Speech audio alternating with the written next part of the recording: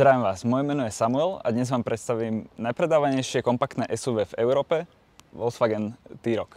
Pod kapotou tejto konkrétnej verzie sa skrýva 1,5 litrový benzínový štvorvalec s výkonom 150 konských síl, ktorý je spárovaný so 7-stupňovou automatickou prevodovkou.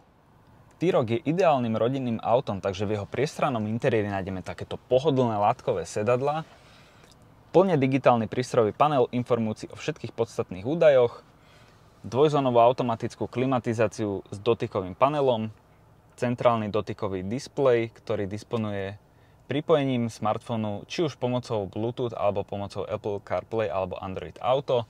Chýbať nemôže ani navigácia.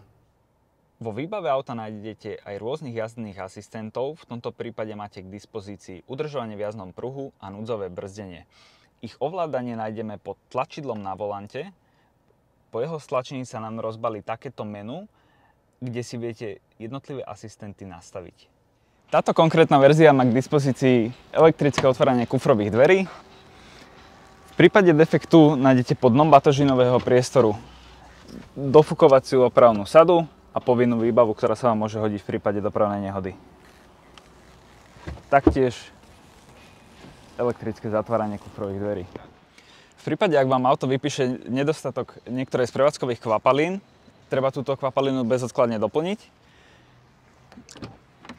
Kapota sa v T-Rocu otvára potiahnutím tejto páčky. Potiahnutím plastovej páčky smerom doľava následne sa vám kapota odistí. Netreba zabúdať na speru. A kvapaliny prevádzkové sa doplňajú voda do ostrekovača, motorový olej a chladiaca kvapalina. To je z mojej strany všetko. Ja vám želám veľa šťastných a bezpečných kilometrov a vy nezabudnite pred ukončením vašej zmluvy v predstihu si zarezervovať vaše ďalšie nové auto.